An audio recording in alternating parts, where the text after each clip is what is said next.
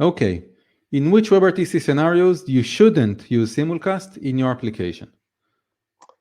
So the answer to that is typically in one-on-one calls, because simulcast has an overhead. So you have encode the high resolution, then you encode a quarter of that, and then a 16th of the original resolution. That means your bandwidth is going to be 1.4-ish of the bandwidth you would usually use. And if we are in a one-on-one call and you're generating 3 video streams that Yes. are relatively, they're like the same but different bit rates, I only need one of them, not Yes. all 3 of them. Yes. Basically, why are you doing it? Because simulcast typically solves adaptation problems, and we don't have an adaptation problem because I can just adapt to what you want to receive.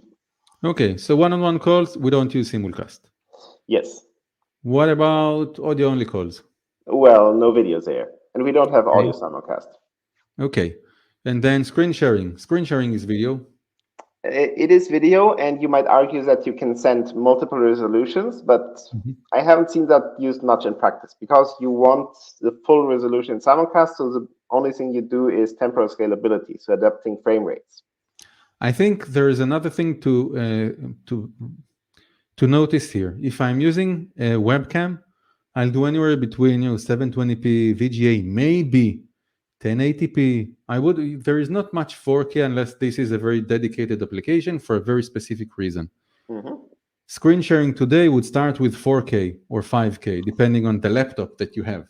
Yes. So you're starting for a resolution that is already too high for the machine to deal with, and now you're saying, well, let's do simulcast with multiple bitrates, resolutions, frame rates, and whatever. Yes, that's not going to fly with your CPU. Yep. Okay. So screen sharing, probably not a good idea. Just go for temporal scalability there. Okay. Anywhere else we shouldn't be simulcasting? Other than that, it's basically you would use simulcast in all group call scenarios. But I might not send multiple layers, although I'm using simulcast. Yes, if nobody is watching your high resolution layer, you could just turn it off dynamically while using simulcast and just not encode that. That way you would save the CPU for encoding and the network traffic for uploading it. Yep.